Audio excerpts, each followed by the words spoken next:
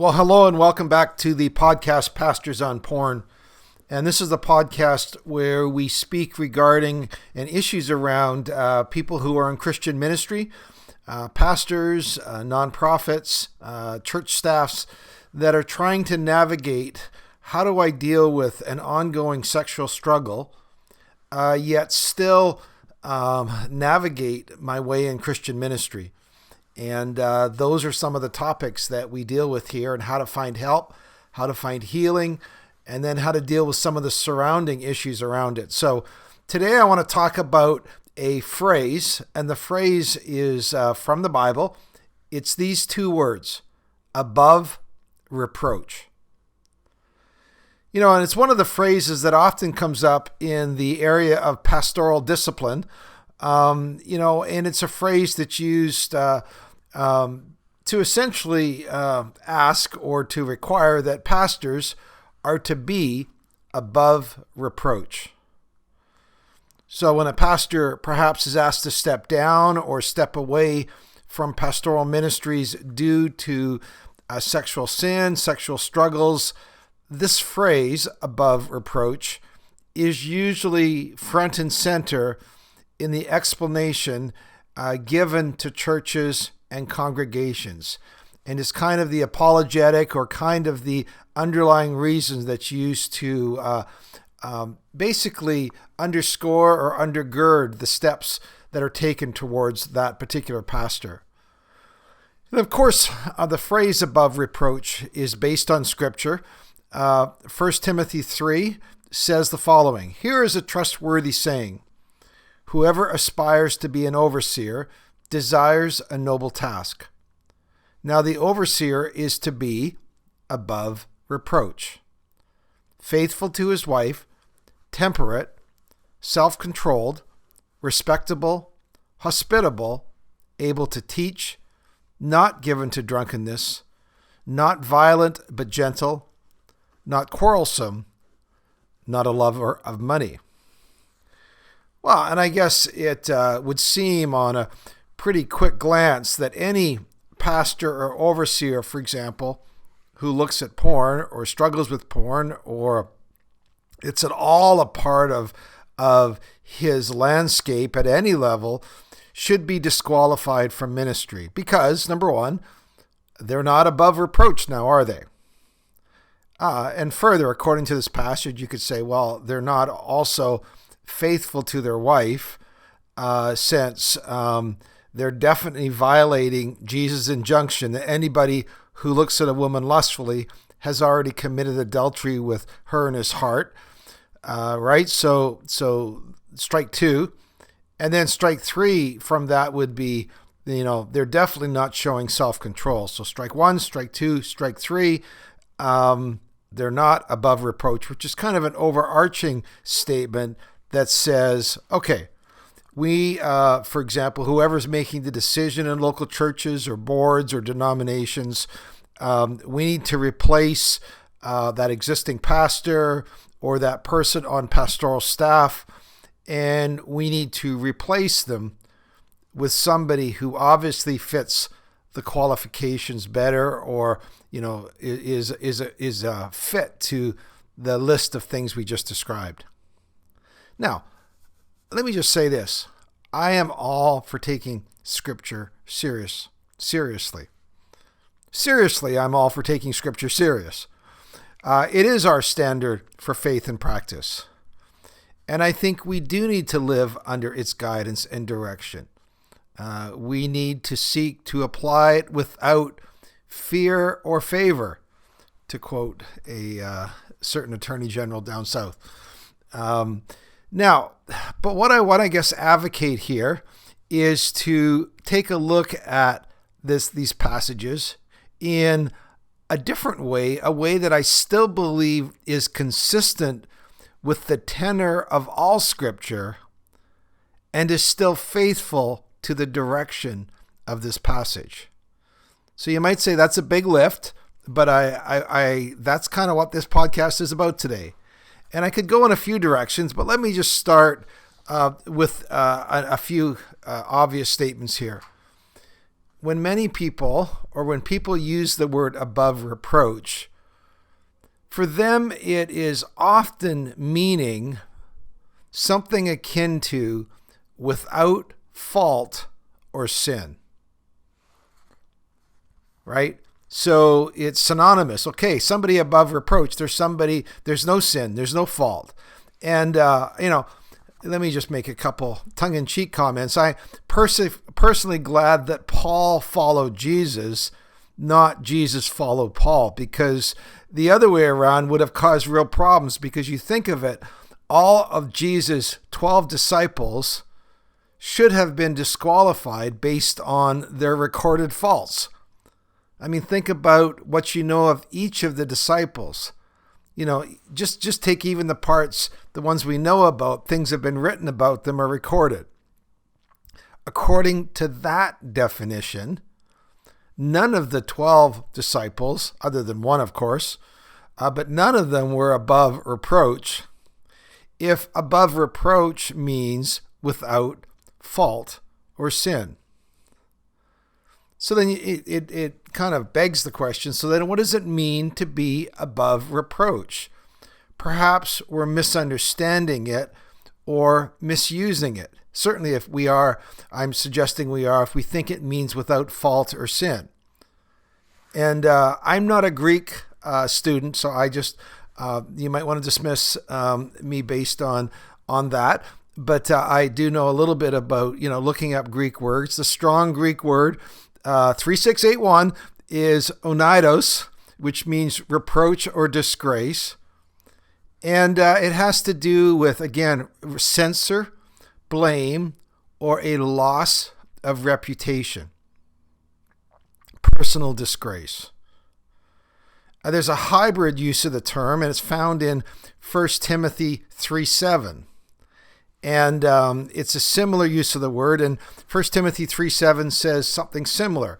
He must also have a good reputation with outsiders so that he will not fall into disgrace and into the devil's trap. Now, those words fall into disgrace, some translations would say that he would not fall into reproach. And that is another similar word, now I'm going to get this wrong, anapolyptos, which means essentially without blame in the light of the whole picture. And this is all about someone's character according to the definition. And when we look at someone's character, are they without blame in light of the full picture of their life? And I look at those two words, and what I'm really led to is this idea. The idea of the words above reproach all have to do with a person's reputation and character, especially as they are viewed by outsiders. Inside the church, yes, but even more so, those outside the church. I mean, as you read through Paul's letters over a number of times, you do realize that Paul was extremely concerned about with how those on the outside of the church viewed those who were on the inside of the church. In Paul's mind, when church leaders and people in the church were viewed in a negative light, anybody in the church, but especially leaders, were viewed in a negative light, then it made Paul's job more difficult. It made Paul's passion harder. Well, what was Paul's job? What was his passion? To spread the gospel. Paul didn't want anything that hindered the spread of the gospel. And you see that kind of underlying motive play out over and over again in his instructions to how Christians behave, be wise in how you live with outsiders, treat them with gentleness and respect. All these sort of injunctions are all around how outsiders will view you. So to Paul, within a community setting, a local community, a city, a town, whatever it was, a church leader with a bad reputation in the community would damage the church. And more importantly, it would damage the mission of that church. So you say, well, what is it that would cause a leader to damage their standing in the community? Well, and we read a whole lot of, we read a number of things. If he was somebody who was struggling with alcohol, if he was somebody who was out carousing around the town, if he was somebody who was angry, somebody who was harsh, somebody who just by the nature of his interactions with people were going, this guy's an idiot, he's a jerk. In business, this guy can't be trusted, he's a cheater. He loves money, he's excessive, he's arrogant, all of those things. Basically, Paul would be saying, listen, don't pick leaders like that. They will damage the reputation of the church because of the negative reputation of that leader. Well, here's a question. What is it that you think damages a church's reputation or a church leader's reputation above all? What is perhaps the worst thing that an outsider could say of an insider? Well, I think it's this. The worst thing you could say is, you know what? That person says a lot of things, but they don't actually do it. In fact, they live in the opposite way. There's a complete incongruence between what they say and what they do. They are a hypocrite. So if you have, here's a current one, if you have a politician who is passionately pro-life, but apparently pays for women he has impregnated to get an abortion, allegedly, of course, that would be something that someone would say would damage your reputation, especially if you want to be known as a pro-life politician. It's that incongruence. It's that split between what you say and what you do, above all, which damages your reputation with outsider. So if you have a pastor who's known for his public diatribes against sexual sin, but is caught picking up prostitutes, you go, okay, you know what? That is a person who loses respect with outsiders. You have a teetotaler pastor, but he's caught in a DUI. You're going, okay, you see, that is the things that cause people to lose their standing. That is to fall into reproach with other people. It's the incongruence that causes people to lose respect for you, that takes away your platform to preach the gospel. So I guess it's safe to say, if you're claiming to people that Christians should never look at porn, for example, that it's a horrible thing, and you can't imagine anyone doing such a despicable thing, and then you're caught looking at porn, then people rightly go, well, there's a leader I can't trust. But now listen to this carefully. But if you are a leader who is struggling with porn or alcohol or anger or envy or materialism or, and you talk openly about both your struggles, your growth, and the steps that you are taking to become a more faithful follower of Jesus, to me that feels different. Now, I'm not talking about using your Sunday morning platform as a confessional. I'm not talking about that. But I am talking about being transparent with our real goods and the struggles that we are facing. Let me give you an example of a couple that I've always had tremendous respect for, who I think just retired. And that is, Rick and Kay Warren. They've talked about, at least individual, him or her have talked about their struggles with grief, with losing their son to suicide, their struggles in their marriage. They've talked about struggles with porn. Yeah, you can Google it. It's true. And here's the thing. I think perhaps that's a reason, by their courage, why the Celebrate Recovery program, which by the way is practiced in thousands of churches, came out of that culture. It was allowed to grow in that culture. Here's a bit of a question that I would ask. How many of the churches, even churches that have a Celebrate Recovery program themselves, have actually learned to celebrate recovery when it involves their leaders?